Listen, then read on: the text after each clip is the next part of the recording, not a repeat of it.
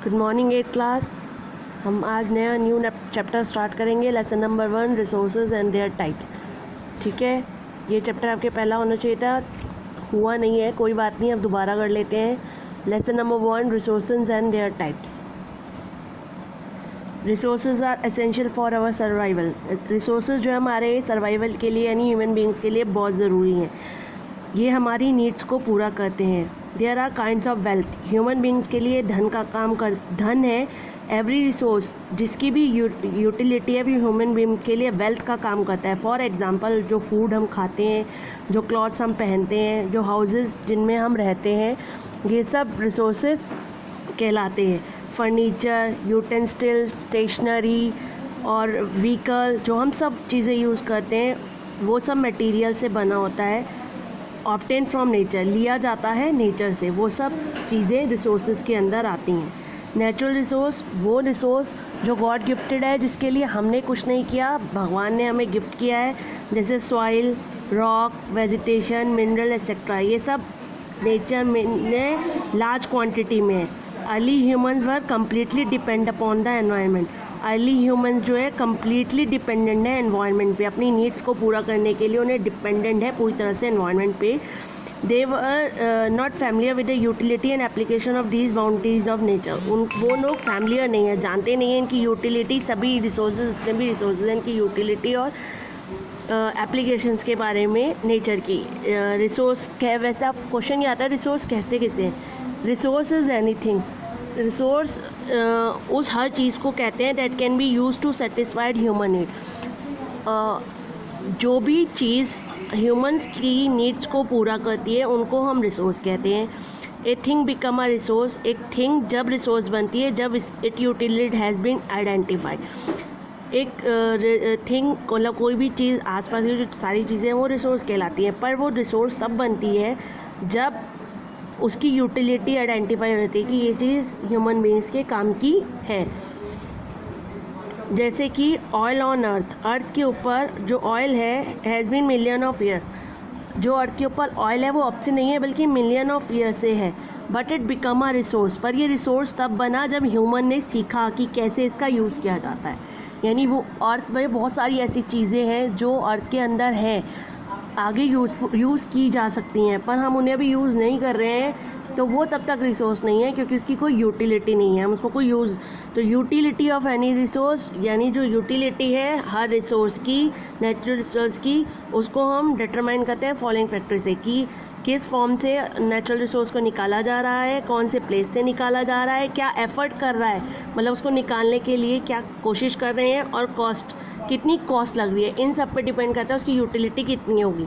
यानी कहाँ से, कैसे, किस फॉर्म से निकल रहा है, कहाँ से प्लेस से निकल रहा है, कितना खर्चा हो रहा है और क्या एफर्ट कर रहे हैं हम निकालने के लिए। तो uses of resource depend on value. Uses of resource depend करते हैं उसकी वैल्यू पे, उसकी वैल्यू कितनी है चीज़ की। Value of resource is determined if we can use them for our benefit with the help of suitable technology. अगर हम सुटेबल टेक्नोलॉजी की मदद से रिसोर्स को यूज़ कर सकते हैं अपने बेनिफिट के लिए, तब उसकी वैल्यू का पता चलता है। क्योंकि कुछ रिसोर्स ऐसे हैं जो अर्थ में इतना, अब जैसे अंटार्कटिका वगैरह पे भी मिनरल्स हैं, पर वहाँ से निकालना ही अपने आप में एक बहुत बड़ा काम वर्क है, तो वो रिसोर्स, वो चीज़ें हमारे काम की नहीं है। Everything available in the environment, जो भी एनवायरनमेंट में अवेलेबल है उसको हम रिसोर्स नहीं कह सकते। अभी वही बताया, या तो टेक्नोलॉजी की प्रॉब्लम है, इकोनॉमिक प्रॉब्लम है, कल्चर एक्सेप्टेबल है, इस वजह से टेक्नोलॉजी और टाइम जो है हेल्प करते हैं चेंज करने को, यानी किसी भी चीज़ को चेंज कर सकते हैं रिसोर्स के अंदर। If we have to technology, अगर हमारे पास टेक्नोलॉजी है, harness the benefit of something that we, हमारे पास टेक्नोलॉजी है तो हम बेनिफिट उसको यूज़ करके उसको रिसोर्स में तब्दील कर सकते हैं, उसकी यूटिलिटी और उसकी वैल्यू दोनों बढ़ा सकते हैं। ठीक है, अब आता है types of resource. Resources are generally classified into natural, human made and human. Resources को हम जनरली क्लासीफाइड करते हैं natural, human made and human. चलिए आगे करते हैं। देखो ये डायग्राम मैं आपको शो कर रही हूँ। क्लासिफिकेशन ऑफ रिसोर्सेज, सबसे पहले resources 3 type, natural, human made और ह्यूमन। नेचुरल जो नेचर ने किए हैं ह्यूमन में, जो ह्यूमन है, और ह्यूमन खुद एक रिसोर्स है।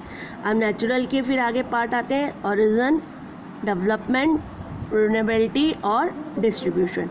फिर ओरिजिन के दो आते हैं, biotic, biotic, development, potential and actual, renewability, renewable and non renewable, distribution, ubiquitous and localised. चलिए अब आता है different type of resources.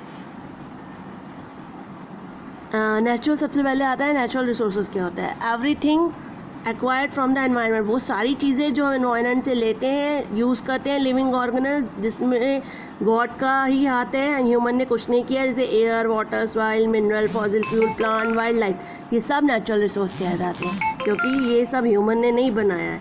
Natural resources हमें मिलते हैं नेचुरली एनवायरनमेंट से, एग्जिस्ट रहते हैं under undisturbed by humanity in a natural form, they are derive really, वो हमें एनवायरनमेंट से मिलते हैं।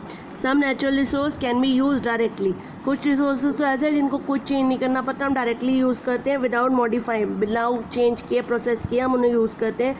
कुछ नेचुरल रिसोर्स ऐसे हैं, tools and technology are required, tool और टेक्नोलॉजी को रिक्वायर्ड है, process them in turn make them in fit for our consumption. यानी कुछ रिसोर्स ऐसे हैं जिनको हमें अपना यूज़ करने के लिए टेक्नोलॉजी का और प्रोसेसिंग करनी पड़ती है, और कुछ रिसोर्स ऐसी हैं जिन्हें हम डायरेक्ट यूज़ करते हैं। एयर, इसको हम डायरेक्ट यूज़ करते हैं बीट करने के लिए, पर अगर हमें क्या कहते हैं विंड मिल में यूज़ एयर करते हैं तो हमें विंड मिल लगानी पड़ती है, देन एयर को यूज़ करते हैं, तो ये हमने प्रोसेस किया।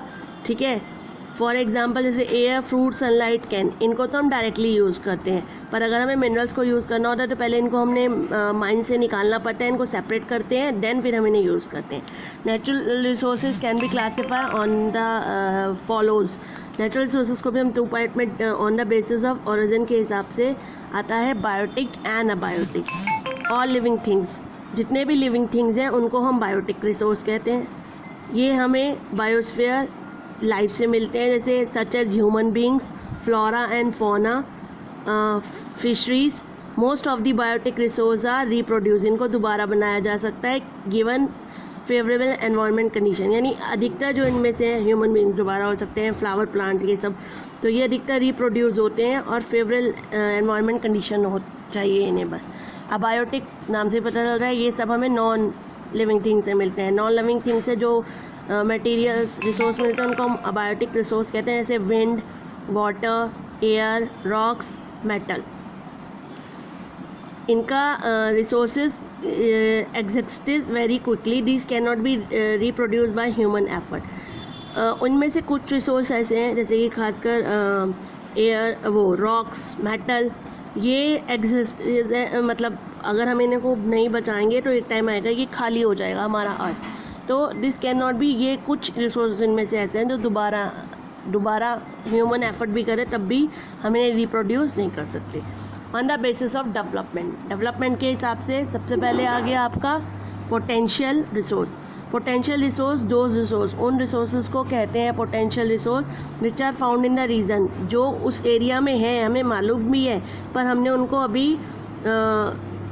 यूटिलाइज नहीं किया है, यानी वो रिसोर्स जिनके हमें पता है कि इन्हें हम कर सकते हैं यूज़, पर हमने या तो टेक्नोलॉजी की कमी है या प्रोसेसिंग की कमी है या कुछ एरिया ऐसा है, तो उन रिसोर्सेज को हम पोटेंशियल रिसोर्स में कहते हैं। या ये कह लीजिए इन रिसोर्सेज को हम फ्यूचर में हम टेक्नोलॉजी और डेवलप हो जाएगी तो फ्यूचर में हम इन्हें यूज़ करेंगे, क्योंकि इनको डिटेल में सर्वे की ज़रूरत है, इनकी क्वालिटी क्वांटिटी का पहले एस्टिमेट करेंगे, सर्वे करेंगे, देन जैसे कि solar energy, wind energy, tidal energy are some example of potential energy. अभी भी हम सोलर एनर्जी का यूज़ कर रहे हैं, विंड एनर्जी और टाइडल समुद्र की लहरों से भी बिजली बना रहे हैं, पर अभी हम प्रॉपर यूज़ नहीं कर रहे, प्रॉपर उस कंट्रीज़ में यूज़ नहीं हो रहा। जब प्रॉपर पूरा हो जाएगा, हमें मालूम है इस एनर्जी कभी ख़त्म भी नहीं होगी, देन फ्यूचर में हो सकता है कि सिर्फ इसी एनर्जी का यूज़ हो। जैसे कि राजस्थान और गुजरात में ग्रेट पोटेंशियल है, डेवलपमेंट है इन दीज रिसोर्सेज का। जैसे लार्जेस्ट सोलर प्लांट इंडिया में Charanka solar park, Patan Gujarat. Largest wind farm cluster in India, Jaisalmer wind park Rajasthan. अब आता है एक्चुअल और डेवलप्ड रिसोर्स। एक्चुअल और डेवलप्ड रिसोर्स क्या है? Actual resource are those resources, वो रिसोर्सेज जो survey are quantified for use and their access has been proved in terms of quality, quantity and location are accessible with the available technology. Actual resource वो resource जिनको हम actually use कर रहे हैं, जिनकी quantity भी पता है हमें, क्वालिटी भी पता है, टेक्नोलॉजी का यूज़ करके हम उन्हें अवेलेबल अपने लिए करा रहे हैं. जैसे कि कोयला रिजर्व है रूहर वैली में, जर्मनी में पेट्रोलियम रिजर्व है, वेस्ट एशिया में Assam oil field, Damodar coal field are some of the example जो एक्चुअली यूज़ कर रहे हैं. आजकल तमिलनाडु में विंड मिल का यूज़ कर रहे हैं, नीदरलैंड में तो इलेक्ट्रिसिटी इसी से जनरेट हो रही है, पर तमिलनाडु में भी विंड मिल का यूज़ कर रहे हैं. नाउ हाई स्पीड विंड जो है एक्चुअल और डेवलप्ड रिसोर्स है. ठीक है, इतना क्लियर हो गया, समझ में आया? चलिए मैं आज क्लास यहीं एंड कर रही हूँ. दोबारा से एक बार रिसोर्सेज क्या होते हैं? कुछ भी चीज़ रिसोर्स कहलाती है अगर वो ह्यूमंस की नीड्स को सेटिस्फाइड करती है और उसकी कोई यूटिलिटी और वैल्यू है.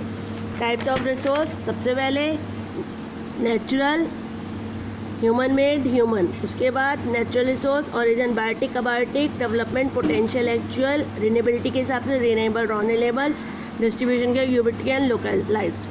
ओरिजिन के हिसाब से बायोटिक जो लिविंग थिंग से मिलते हैं, अबायोटिक जो नॉन लिविंग थिंग से मिलते हैं. पोटेंशियल जिनको हम फ्यूचर में यूज़ करेंगे और एक्चुअली जो हम यूज़ कर रहे हैं. ठीक है, चलिए इसी के साथ मैं क्लास एंड करती हूँ. Okay, have a nice day.